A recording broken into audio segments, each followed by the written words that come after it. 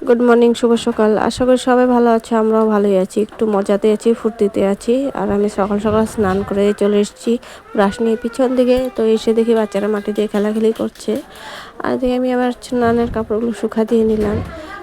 তো সামনে দেখি বেগুন ক্ষেত। তো জানোই তো, সার ছাড়া সবজি খেতেই মজাই আলাদা। তো মাসিকে বললাম ভাজি করবি।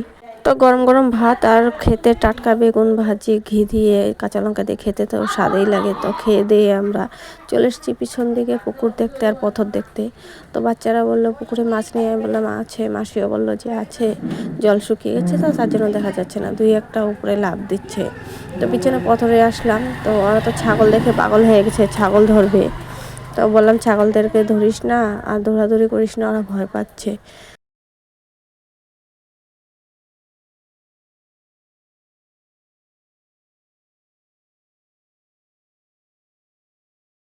তো ঘরে ঢোকার সময় মাসিদের পিছনে ছিল লেবু ক্ষেত। তো আমরা কয়েকটা লেবু ছিঁড়ে নিলাম মাখা খাবো বলে।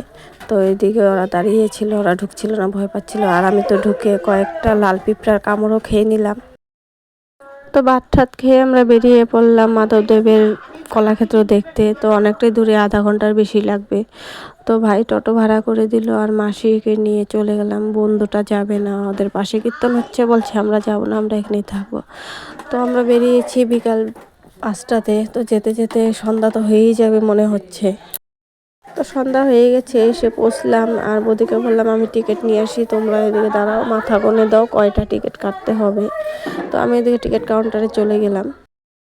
তো টিকিট কেটে ঢুকে পড়লাম আমরা পার্কের ভিতরে। তো বাচ্চারা তো পার্কেই যাচ্ছে আগে, বললাম যে আগে মিউজিয়ামগুলো ঘুরে নে, তারপর পার্কে খেলাখেলি করি।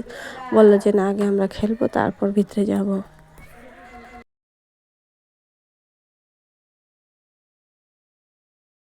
তো বাচ্চাদের সাথে সাথে আমরাও বাচ্চা হয়ে গিয়েছিলাম, তো আমরাও একটু খেলে নিলাম। তো বললো মিউজিয়াম বন্ধ হয়ে যাবে, তো মিউজিয়ামে ঢুকে পড়লাম আমরা। আর যে রাত্র হয়ে গেছে আর বন্ধও হয়ে যাবে, তার জন্য বেরিয়েই গেলাম একবারে মিউজিয়াম ঘুরে। তো আমার মেয়ে তো পার্ক থেকে বেরোবেই না, আরও খেলবে। ওকে জুজুবস্তি টেনে হেসড়ে আনা হলো, টেকারে বসানো হলো। আর টোটোওয়ালাকে বললো ভাই তাড়াতাড়ি ছেড়ে দাও, না হলে আবার ও কান্নাকাটি করবে। তো টোটোওয়ালা ছেড়ে দিল গাড়ি। তো গলিতে ঢুকতেই মাসির ননদের বাড়ি। তো মাসি বলল চল তোদেরকে একটু নিয়ে যাই, না নিয়ে গেলে ওরা খারাপ পাবে। তো আমরা বললাম যে ঠিক আছে চলো। তো আসার সময় রাস্তা থেকে কয়েকটা 5 গুটি টুকিয়ে নিয়ে এসেছি, বললাম আয় যে 5 গুটি খেলি তো ওদেরকে শিখাই। বললো যে কীভাবে খেলে পিসি, বলো আমিও খেলবো। তো আমি বললাম যে বস আর আমার দেখ। তো আমিও প্রথমে প্রথমে পারছিলাম না, পরে পেরেছি আমি। তো ওরা বললো চলো কীর্তন দেখে আসি। তো আমি বললাম যে চল।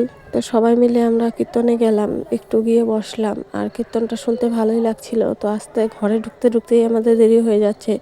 তো এদিকে বাচ্চারাও কান্নাকাটি করছিল, তাই চলে আসতে হলো আমাদের।